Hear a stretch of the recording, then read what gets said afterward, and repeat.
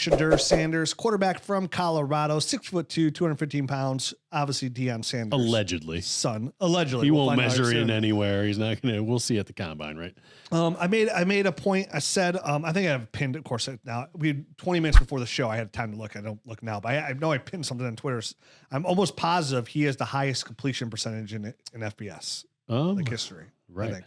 I'm looking at 74 for this year, and as a career, I got 70. Is his career like 70%, 70 or 71? I have 70 on here. I mean, who knows? That's including his Jackson State days and Colorado days. So bookmarks. So where is it? Shedeur, legendary. Shedeur Sanders holds the all-time record for career completion percentage in college football. Number 1, Shedeur Sanders with 71.8%. Okay. Number 2, Colt Brennan, 70.4. Number 3, Colt McCoy, 70.3. Kellen Moore is 4. I wonder if that is just from his Colorado days. Colorado. Oh, from 23 to 24. Yep. So it's just his Colorado days. So yeah, that makes sense. It's that 1 year. And then you have Joe Burrow, from 26 to 20. Yeah. 2016 to 2019. Joe Burrow is 12. I mean, for the most part, a lot of these names aren't really actually the only people on here that end up being good. Joe Burrow at 12, Baker Mayfield at 15, Teddy B got hurt, Brock Purdy at 25. So the 25, there's 4 or 5 of them. Joe Burrow, Baker Mayfield. I'm not gonna give Teddy Bridgewater benefit of doubt, and Joe. Yeah, that's about it. Brock Purdy. But Shedeur is number 1. Sanders is top of the list. So this is a quarterback. This is a guy. This is a gay. That it shows. He is, when you talk about poise, that's Shedeur Sanders. This is somebody who grew up around football. Yep. He was the starter all 4 years in high school, starter all throughout college. And when you say this kid's got ice in his veins, like it really is. Like his pocket presence is really good. When you watch games like against when he played Utah, like linebacker came right at him. He didn't move. 15-yard out to LeJohntay Wester, crushed it, took the hit. Not worried about it. So his pocket presence is fantastic. This is not. You think Deion Sanders' son? You have a big mobile athlete, running back, quarterback that wants to move. That is not Sanders' game at all. No, he is really looking to throw the football 100%. Knows how to use his eyes. Really good ball placement. Not a strong arm. Like you'll see a lot of people might knock Shedeur Sanders' arm. It's 100% strong enough to play in the NFL. Like I'm not. He does not have the strongest arm, but he has an NFL arm. That's an accurate statement. He's not a Josh Allen, right? No, but few people are. Right. I think you mentioned Jared Goff as a comp, right? That's my own personal comp to like his ceiling, which again could be a QB1, taller. Obviously Goff 6'4". But so. No one would confuse Goff with like Matthew Stafford. You know what I mean? Who has just like a natural rocket of an arm. Even at 34, still rocket of an arm. And what I like about like Sanders too is like, his ball, like his accuracy is obviously great. His ball placement is really nice. Gets the ball downfield very good. Really good rhythms. Hits his slants, digs, quick outs. 76%, 73% this year, like you said. 73. Yeah, 73. I have 74, but it might have just rounded up. Yep. Real quick release, so gets the ball out really quick. The more I watched him is like, the more I was like, I would be satisfied for him to be the Cleveland Browns quarterback. Yeah, he can get done. He's clean. He's safe, right? He probably, in my eyes, doesn't have the upside. Like Cam Ward might have slightly more upside than him. 100%. Definitely. I feel like Sanders has the safest floor out of every quarterback I watched. But to go back to let's go back to Goff. Because I think that comparison is good because Shedeur Sanders does everything well. You know what I mean? Everything is good and above average. And I think he knows how to get the ball to his weapons and he distributes very well. And so, you go back to that Goff comparison. Who was Goff in the draft with? It was Carson Wentz. And Carson Wentz probably had, a lot more upside than him. But who ended up being the better NFL quarterback? It's undoubtedly Jared Goff. And it's not because Jared Goff necessarily has more physical tools. It's because he was polished. He came in more polished and really was able to, get into the NFL, have a nice base. And obviously things took off when he was traded from LA to the Lions, but he wasn't bad with LA. Went to a Super Bowl. Right. He went to a Super Bowl there. And it's because he's a very efficient guy that's very good at distributing the ball, and he got into the right system with the right pieces. And I think Shedeur Sanders can have similar success at the NFL than a guy like Jared Goff. And I honestly, like, what I thought about him too, like we talk about system, right? Where he goes, I feel like Shedeur Sanders would fit perfectly in the Kevin Stefanski system. He wants a pocket quarterback that runs a timing-based offense, right? And then they use pick 33 on a good run-in, and use the play action. And you'll hear Sanders too, like one of his knocks is like, yeah, his poise in the pocket. He's looking to play. He took a lot of sacks too, but I'm going to use that also for his benefit. Like Shedeur Sanders is a big name, and kudos to him for following his dad. First going to Jackson State, him and Travis Hunter, and then going to Colorado. You have to remember, he played at Colorado. Right. That offensive line was not that good. 52nd in pass blocking. So, you know what I mean? Like pretty mid. Yeah. And they gave up 204 pressures, 41 sacks is what he ended up taking last year. So he did. According to all that scored according to PFF. He took up literally a bottom of the barrel program in Colorado, and like got him like 2 years ago, like national hype. They were like ranked, and then they won like 8 games last year. So like, doing that with what's around him as well is pretty impressive for Sanders. So again, arm strength, not spectacular, but his accuracy is there.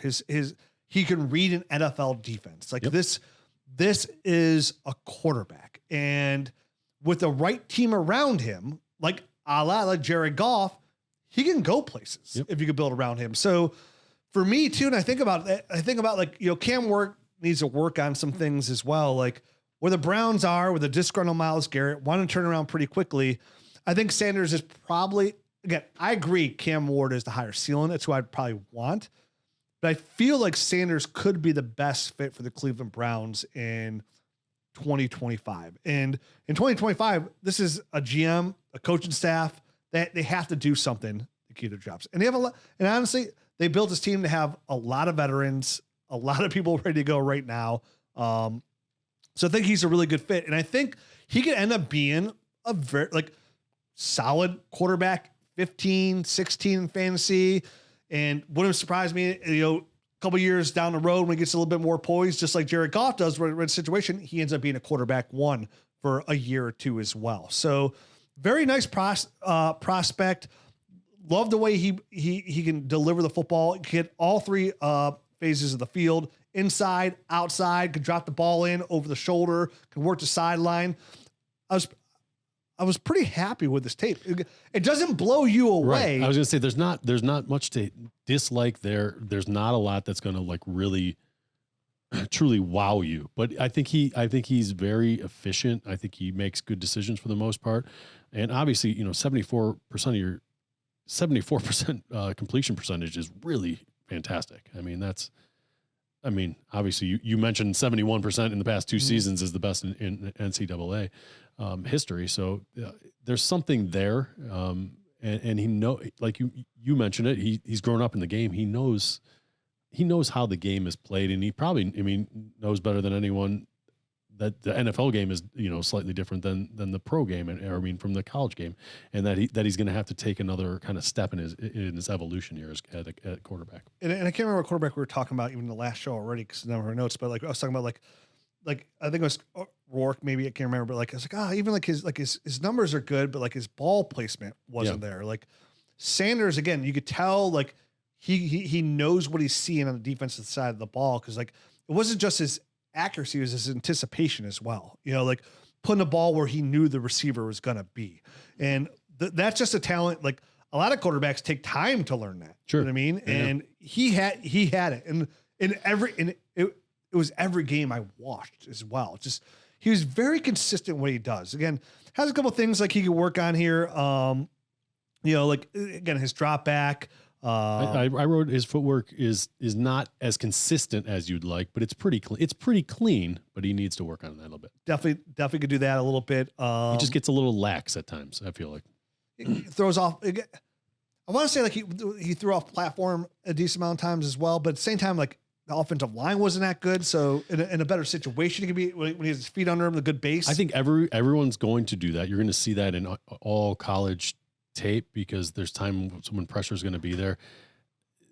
But I think the difference between Shedeur Sanders and Cam Ward is he's got quicker feet, and there would be times that Cam Ward just wouldn't be able to get his feet set because they're just a little bit on the slower and a little bit on the sloppier side for me. That's kind of the difference where Shedeur Sanders, his feet are a little bit quicker, and I think he's better at kind of flipping those hips and getting the ball out. Yeah, so he's got to learn how to throw the football away, not take as many sacks. I think Colorado had a little bit of something to do with it.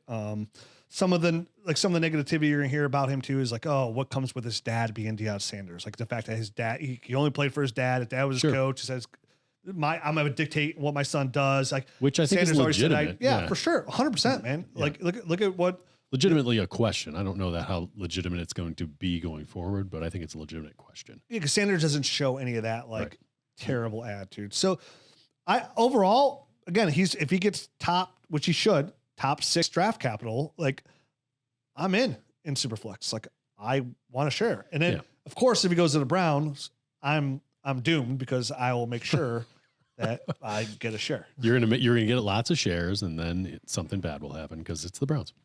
Most likely. Listen, one person has got to turn it around eventually. I'm 45. It's been 45 years. So like odds are eventually we're going to go to be good. And just keep picking, man. When people ask about something like that, I was doing a guest show the other day and somebody was like, oh, I was like, this person needs to trade Pat Mahomes. You know what I mean? And they're like, he was a huge Chiefs fan. He's from that area. I'm like, oh, never mind. Yeah. I was like, you have to remember, we also play, like, you want to have fun. Right. And I told him, I was like, listen, when it comes to me, like, I do the same thing. Like, I was like, if Pat Mahomes was the Browns quarterback, I wouldn't trade him for anything. You know what I mean? Same thing. I was like, when the Browns had Baker, like, I want as many shares as possible because, like, I root for that team. So, like, it changes the level of winning. Yeah. It just makes it that much better.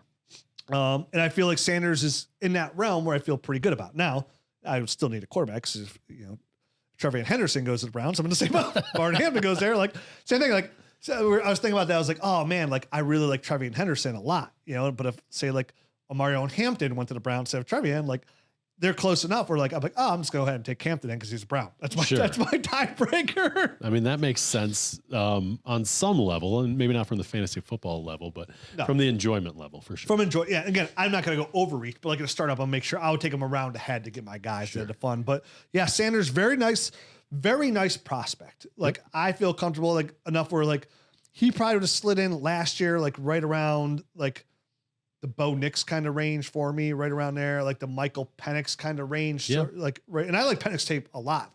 You absolutely JJ McCarthy and Bo Nix. And it just goes to show you these guys can come in and have a lot of success. Yeah. Like Bo Nix in that system that worked perfectly with him and Sean Payton, why I loved it so much. It worked where he's the top 10 fantasy football quarterback. So again, even guys that you don't have extremely ranked high, or you don't think it's like all there, it can work. And I think Shedeur Sanders falls in that mold. He could be a QB1. He could be. I agree. I think he's going to start off as one of these guys that we're questioning whether or not he can be. How about that? That's fair. You know what I mean? Like one of those borderline guys that's sitting around 14, 15, 16, and we're like, is he ever going to take that next step? That's where I see him kind of starting off his career. Oh, yeah, 100%. And at the same time, I also like that him and same thing with Ward. Honestly, a lot of these guys, they have a lot of tape, a lot of game reps under their belt. So these are the guys that can come in and not just like Bo Nix and not everything kind of like be a shock to them and find success. Agreed. But we're talking perfect scenarios. And I think Bo Nix fell into one of those perfect scenarios with that Sean Payton offense. And that really propelled him to have the early success. Yeah. Coupled with the fact that he had a lot of college, a lot of college games and a lot of years under his belt. And that's why I would like him in Stefanski's offense. We saw what he did for like Joe Flacco even. So, right. And I'm gonna say this with because Sanders and like Ward, I'm real intrigued about Jackson Dart too. But Sanders and Ward with this running back class and the talk of like everybody's down to quarterbacks as it is, and we already have the 1-1s Ashton Genty for sure, right? outside of those teams that desperately need a quarterback, a lot of people are going to be probably taking like these running backs, and somebody's going to grab Ted McMillan. Like there's going to be value at quarterback. Like somebody's going to fall into Shedeur. Like somebody's getting Shedeur Sanders, kind of like Justin Herbert, like 1.8, 1.9, 110, 111, 112. And these guys go top 6. Like I just want to emphasize again, it's really, I know how hard it is to pass up those running backs, right? Or even like the Tyler Warren or Colston Loveland. But like these quarterbacks rule all when it comes to fantasy football production. They're the most insulated prospects. Like definitely what I love about this situation is usually your team, a playoff team, 1.8, 1.9, 110, 112 in that range, even like say 110 to 112, right around there. Usually your team is never in position to get the quarterback that's first off the board or goes top 5 in the NFL draft. You're never in that position. Yeah, this is a unique draft from that perspective. Yeah, and I think the narrative, and not just the narrative, the facts of what's around all these players, I think there's going to be some playoff teams that are going to be in position to get one of these guys this year and take the chance. I mean, you know what I mean? They're good enough to take the chance on. To the point of like, well, I'm sure we'll get back onto this topic after the NFL draft when we do our Superflex mock and stuff like that. Is like, don't be afraid to like move up to get one of these guys. Like, you still want that guy because again, if he turns into Jared Goff, he's quarterback 18. You have a championship caliber player for the next 10 years compared to your running back. So, I think these guys, even though like I don't overly love these guys, I think when it's all said and done, they might be offering the best value. Right, and the alternative is find a quarterback on the open market in your league by trading, which you're going to have to overpay for. Correct. 100%. And these guys are going to be so insulated. They are that range. Like they're going to, you can get another first. And if you take with a late first, you're totally fine. Right. And I think the fact that we'll probably see about at least 10 running backs probably go in the first 2 days of NFL draft. Yep. It's going to push those. There's 9 teams out there right now that 100% just need a 3-down running back.